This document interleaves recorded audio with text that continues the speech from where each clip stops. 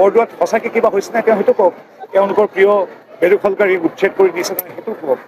গতিকে বড়ো গগৈহঁতক সেইবিলাক প্ৰশ্ন সুধিব লাগে যে আপুনি কাজিৰঙাৰ সন্মুখেৰে পাৰ হৈ যায়, আপোনালোকৰ দিনত দেখোন দৈনিক এটাকৈ গড় হত্যা কৰিছিল, আজি দেখোন একেই গাঁও, একেই আমাৰ পৰম শ্ৰদ্ধেয় গড়ে ৰাইজ, একেই বনৰক্ষী, একেই কাজিৰঙা, একেই এশিঙীয়া গড়, আজি দেখোন এটাও গড়ৰ মৃত্যু হোৱা নাই। কংগ্ৰেছৰ পৃষ্ঠপোষকতাত সেই সময়ত গড়ৰ হত্যা হৈছিল, আজি তাৰিখত নহয়। এইবিলাক কথা পাতোঁ আমি। গতিকে বড়ো গগৈৰ ইছ্যু ডাইভাৰ্ট কৰিবলৈ বিকাশৰী যি অবিৰত যাত্ৰা, সেই যাত্ৰাৰ পৰা কেনেবাকৈ ৰাইজৰ দৃষ্টিটো বেলেগ ফালে নিব পাৰি নেকি, তাৰ এটা বৃথা চেষ্টা কৰিছে।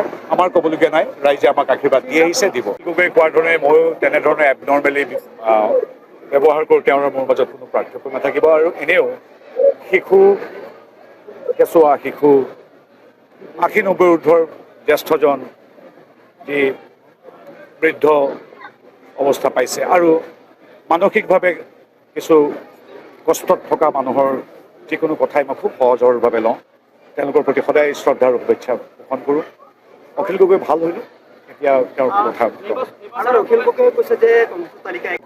বা গৌৰৱ গগৈয়ে কি কৈছে, কি কৰিছে, এইবিলাকৰ প্ৰতি একেবাৰে আমাৰ ক'বলগীয়া নাই। ইতিমধ্যে কৈছোৱে, অখিল গগৈ, লুৰিণ গগৈ লিলি হোটেলত কি কবিতা লিখিলে, কোনে কাক ক'ত কাক সাৱটি ধৰিলে, তেওঁলোকক কোনে কাৰ লগত অভিমান কৰিছে, কোনে কাৰ ওচৰত আঁঠু লৈছে, এইবিলাক কথা পাতি থকাতকৈ মই কোৱাটো উচিত। আজি প্ৰধানমন্ত্ৰী মহোদয় আহিছে বিকাশৰ বতৰা লৈ, আজি 1.5 লাখতকৈ অধিক চাকৰি দিয়া হৈছে এই নগাঁৱৰ বটদ্ৰৱা স্থানত, বা বৰদোৱাৰ কাষৰ যি অচিনাকি মানুহে বেদখল কৰিছিলে পবিত্ৰ বৰদোৱা থানৰ মাটি, সেই মাটি উচ্ছেদ কৰি তাত 217 কোটি টকা ব্যয় সাপেক্ষে শ্ৰীমন্ত শংকৰদেৱ আৱিৰ্ভাৱ ক্ষেত্ৰ হৈছে।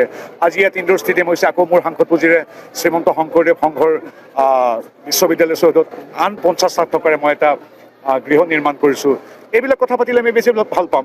আজি হিংসা সন্ত্ৰাস শূন্য হৈছে, উগ্ৰপন্থী গুলীত এজনো মানুহৰ মৃত্যু হোৱা নাই। কাজিৰঙাৰ গড় কেইটাও আজি দেশত সুৰক্ষিত।